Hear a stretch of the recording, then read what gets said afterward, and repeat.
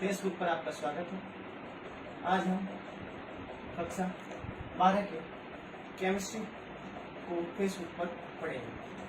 आज का हमारा टॉपिक है एल्किल हैलाइड। सबसे पहले आपको ये पता होना चाहिए एल्किल हैलाइड क्या है। हैलाइड की बात करें अपन तो हैलाइड हैलोजन से मिलकर बने होते हैं। हैलोजन यौगिक को हैलाइड कहते हैं। हैलोजन वर्ग आवर्त सारणी में वर्ग 17 के तत्व फ्लोरीन, क्लोरीन, ब्रोमीन और आयोडीन, इनको हैलोजन कहते हैं। अगर ये हैलोजन किसी हाइड्रोकार्बन के साथ जुड़ जाए तो जो यौगिक बनता है उस यौगिक को एल्किल हैलाइड कहते हैं। अब सबसे पहले हाइड्रोकार्बन, हाइड्रोजन तथा कार्बन से मिलकर बने यौगिक हाइड्रोकार्बन कहलाते हैं। अगर हाइड्रोकार्बन के साथ हैलोजन, हैलोजन को X से प्रदर्शित करते हैं। अगर हाइड्रोकार्बन के साथ हैलोजन जुड़ जाए तो ये यौगिक एल्किल हैलाइड कहलाते हैं। हैलोजन की बात करें अपन तो फ्लोरीन, क्लोरीन, ब्रोमीन और आयोडीन। अगर हम एल्किल हैलाइड बनाएं तो जैसे पहला हाइड्रोकार्बन है CH4 मैथेन। अगर मैथेन में से एक हाइड्रोजन को हटा दिया जाए तो यौगिक मैथिल बनता है। और इस मैथिल के साथ अगर हैलोजन को जोड़ दिया जाए जैसे CH3Cl तो यह यौगिक मैथिल क्लोराइड कहलाता है। इस प्रकार अगर CH3 से एथेन कहते हैं। अगर एथेन में से एक कार्बन कम कर दिया जाए तब यह यौगिक एथिल कहलाता है। और इसके साथ अगर हैलोजन जोड़ दिया जाए तो इसे एथिल हैलाइड कहते हैं। इसका नाम एथिल ब्रोमाइड। इसी प्रकार एल्किल हैलाइड होते हैं। इनमें हैलोजन किसी हाइड्रोकार्बन के साथ जुड़ा हो। एल्किल हैलाइड में सबसे पहले आज हम वर्गीकरण के बारे में पढ़ेंगे। एल्किल हैलाइड का वर्गीकरण। एल्किल हैलाइड का वर्गीकरण अलग अलग पद्धतियों के अनुसार किया जाता है। सबसे पहले हम एल्किल हैलाइड का वर्गीकरण देखते हैं। एल्किल हैलाइड का वर्गीकरण हैलोजन की संख्या के आधार पर होता है। हमने पहले वाली क्लास में भी इस वर्गीकरण को देखा था। एक बार वापस देखते हैं एल्किल हैलाइड का वर्गीकरण। हैलोजन की संख्या के आधार पर एल्किल हैलाइड का वर्गीकरण। अगर हम हैलोजन की संख्या के आधार पर एल्किल हैलाइड का वर्गीकरण देखें तो अगर हैलोजन एक हो तो उसे मोनोहैलाइड बोलते हैं। क्या बोलते हैं? मोनोहैलाइड। अगर हैलोजन की संख्या 2 हो तो उसे डाइहैलाइड बोलते हैं। और अगर हैलोजन की संख्या 3 हो तो उसे ट्राइहैलाइड बोलते हैं। और अगर हैलोजन की संख्या 4 हो तो उसे टेट्राहैलाइड कहते हैं। इस प्रकार हैलोजन की संख्या के आधार पर हैलाइड 4 प्रकार के होते हैं: मोनोहैलाइड, डाइहैलाइड, ट्राइहैलाइड और टेट्राहैलाइड। अगर हम देखें तो डाइहैलाइड में हैलोजन की संख्या 2 होती है, ट्राइहैलाइड में हैलोजन की संख्या 3 होती है तथा टेट्राहैलाइड में हैलोजन की संख्या 4 होती है। हमने नेक्स्ट क्लास में देखा था कि डाइहैलाइड 3 प्रकार के होते हैं। पहले डाइहैलाइड आता है जैम डाइहैलाइड।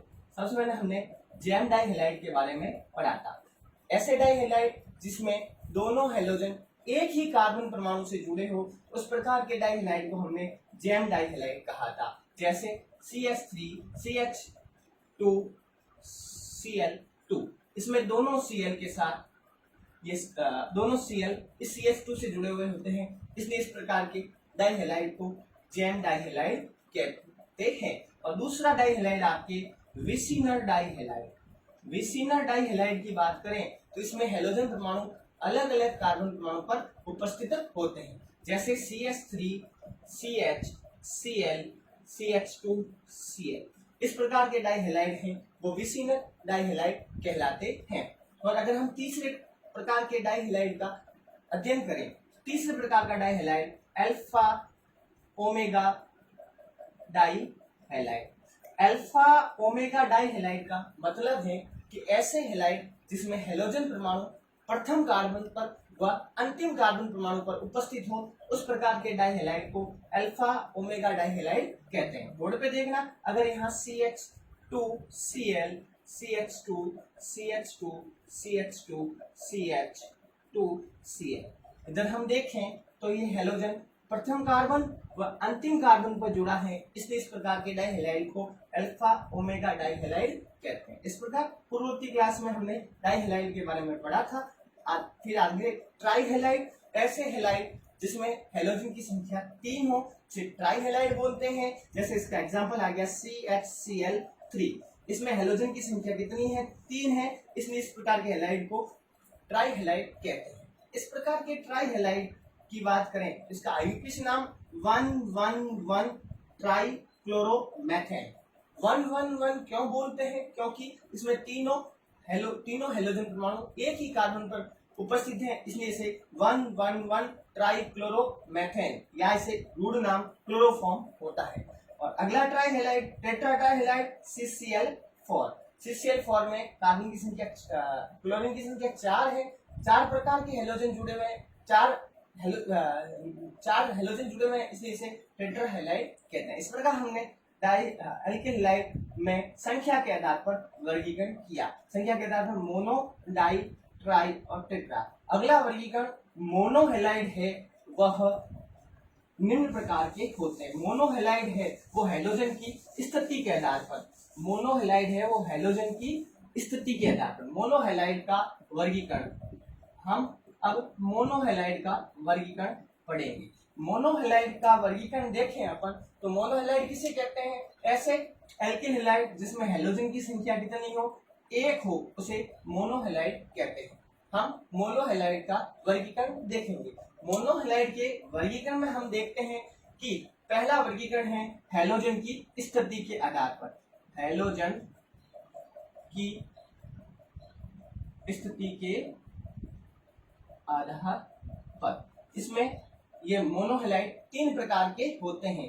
1 डिग्री एल्किल हैलाइड, पहला वर्गीकरण आ जाएगा आपके 1 डिग्री एल्किल हैलाइड। दूसरा आपके वर्गीकरण हो जाएगा 2 डिग्री एल्किल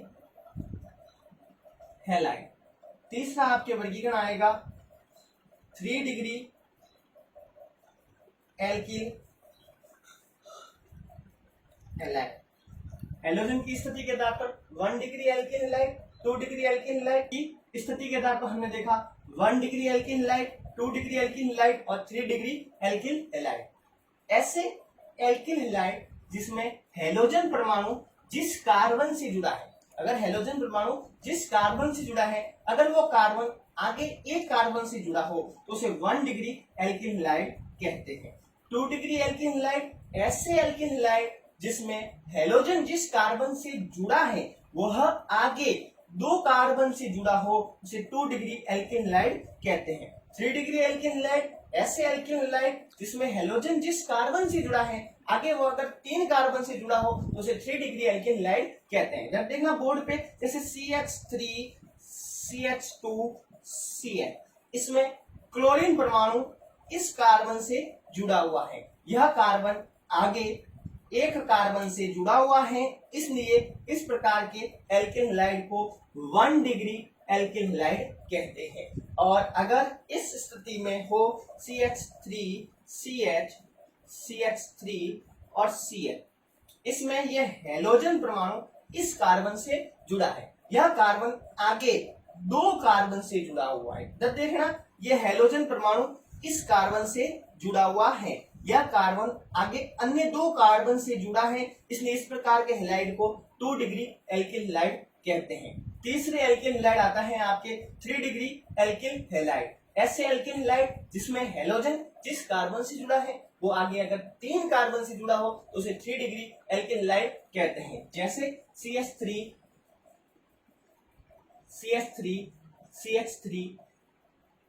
Cl। इधर हम देखें तो यह Cl इस कार्बन से जुड़ा हुआ है, यह कार्बन आगे 1 2 और 3 कार्बन से जुड़ा हुआ है, इसलिए इस प्रकार के हैलाइड को 3 डिग्री एल्किल हैलाइड कहते हैं। इस प्रकार मोनोहैलाइड 3 प्रकार के होते हैं, 1 degree alkyl halide, 2 degree alkyl halide और 3 डिग्री एल्किल हैलाइड।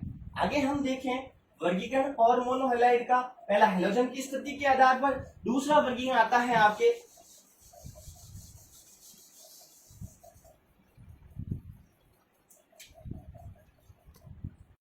मोनोहैलाइड का वर्गीकरण हमने देखा। अगला है वर्गीकरण में आपके आता है एलेलिक हैलाइड। एलेलिक हैलाइड, इसके बाद बेंजेलिक हैलाइड। बेंजेलिक हैलाइड, उसके बाद वाइनिल हैलाइड और उसके बाद आपके आ जाएगा एरिल हैलाइड। मोनोहैलाइड निम्न प्रकार के होते हैं। मोनोहैलाइड हमने कहा हैलोजन की स्थिति के आधार पर 1 डिग्री, 2 डिग्री, 3 डिग्री।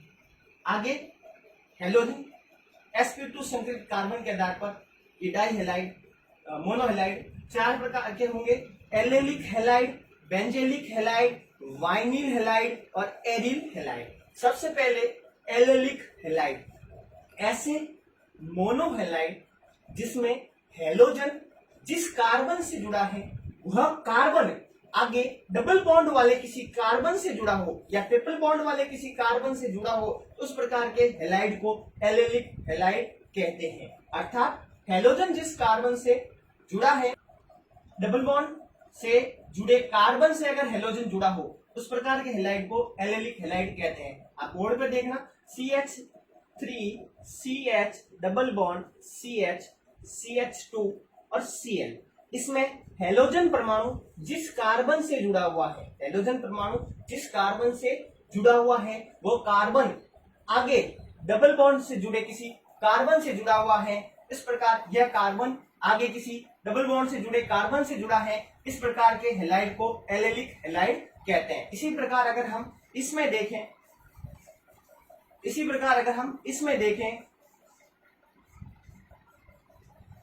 CH2Cl, यह भी एक एलेलिक हैलाइड है क्योंकि यह हैलोजन इस कार्बन से जुड़ा हुआ है। यह आगे कार्बन डबल बॉन्ड से जुड़े किसी कार्बन से जुड़ा हुआ है, इसलिए इस प्रकार के हैलाइड को एलेलिक हैलाइड कहते हैं। आपको समझ आ गया होगा एलेलिक हैलाइड किसे कहते हैं। ऐसे हैलाइड जिसमें हैलोजन जिस कार्बन से जुड़ा हो, हैलोजन जिस कार्बन से जुड़ा हुआ हो वह कार्बन आगे द्विबंध या त्रिबंध से जुड़े कार्बन से जुड़ा हो, उस प्रकार के हैलाइड को एलेलिक हैलाइड कहते हैं। अगला बेंजेलिक हैलाइड, ऐसे हैलाइड जिसमें हैलोजन बेंजीन वलय से जुड़े किसी कार्बन से जुड़ा हो, उस प्रकार के हैलाइड को बेंजेलिक हैलाइड कहते हैं। वापस सुनना, हैलोजन बेंजीन वलय से जुड़े किसी कार्बन से जुड़ा हो, उस प्रकार के हैलाइड को बेंजेलिक हैलाइड कहते हैं। ध्यान से देखना इसका एग्जाम्पल, यह बेंजीन वलय है, इसके जुड़े किसी कार्बन से अगर हैलोजन जुड़ा हो तो इस प्रकार के हैलाइड को बेंजेलिक हैलाइड कहते हैं। आपको समझ आ गया होगा कि बेंजीन वलय से जुड़े किसी कार्बन से अगर हैलोजन जुड़ा हो तो उस प्रकार के हैलाइड को बेंजेलिक हैलाइड कहते हैं। तीसरे प्रकार के हैलाइड हैं आपके वाइनिल हैलाइड, ऐसे हैलाइड जिसमें हैलोजन परमाणु द्विबंध से जुड़े किसी कार्बन परमाणु से जुड़ा हो, उस प्रकार के हैलाइड को वाइनिल हैलाइड कहते हैं। एलेलिक हैलाइड और वाइनिल हैलाइड में डिफरेंट थोड़ा सा ध्यान में रखना कि इसमें हैलोजन डबल बॉन्ड से जुड़े किसी कार्बन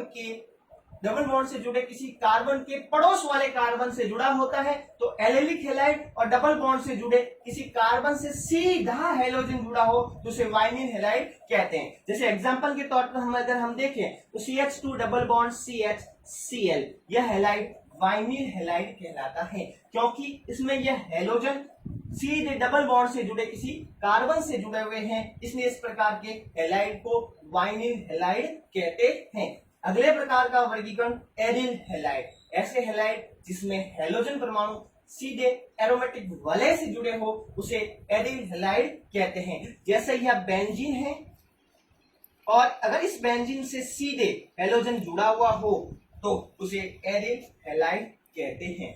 हमने मोनोहैलाइड का वर्गीकरण देखा, पहला वर्गीकरण एलेलिक हैलाइड, ऐसे हैलाइड जिसमें हैलोजन परमाणु जिस कार्बन से जुड़ा हो वह आगे द्विबंध से जुड़ा हो तो उसे एलेलिक हैलाइड कहते हैं। अगला वर्गीकरण हमने देखा बेंजेलिक हैलाइड, ऐसे हैलाइड जिसमें हैलोजन परमाणु बेंजीन वलय से जुड़े किसी कार्बन से जुड़ा हो तो उसे बेंजेलिक हैलाइड कहते हैं।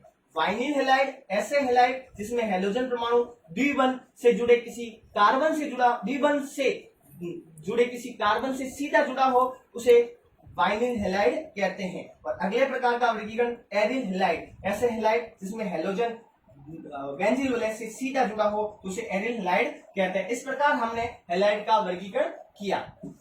हमने अभी एल्किल हैलाइड का वर्गीकरण देखा। एल्किल हैलाइड के वर्गीकरण के बाद हम एल्किल हैलाइड में एल्किल हैलाइड की प्रकृति का अध्ययन हम करेंगे। अगला हमारा टॉपिक है एल्किल हैलाइड की प्रकृति। हमें यह पता है कि एल्किल हैलाइड में हैलोजन परमाणु किसी एल्किल समूह से जुड़ा होता है। तो अगर हम देखें CHHHCl, यह मेथिल क्लोराइड है। इसमें अगर हम एल्किल हैलाइड की प्रकृति के बारे में हम देखें तो इस कार्बन के साथ क्लोरीन जुड़ा हुआ है, क्योंकि हमें यह पता है कि कार्बन की 3 संयोजकता हाइड्रोजन के द्वारा पूर्ण हो रही है और 1 संयोजकता क्लोरीन के द्वारा पूर्ण हो रही है। अर्थात इस कार्बन में 3 सहसंयोजी बंध उपस्थित होते हैं। वैसे 4 सहसंयोजी बंध उपस्थित हैं, 1, 2, 3 और 4। अगर हम इसकी प्रकृति के बारे में देखें तो कार्बन और हैलोजन की विद्युत ऋणता के बारे में अपन देखते हैं तो कार्बन की अपेक्षा हैलोजन की विद्युत ऋणात्मकता अधिक होती है। कार्बन की अपेक्षा हैलोजन की विद्युत ऋणात्मकता अधिक होने के कारण हैलोजन पर आंशिक ऋण आवेश आ जाता है तथा कार्बन पर आंशिक धन आवेश आ जाता है।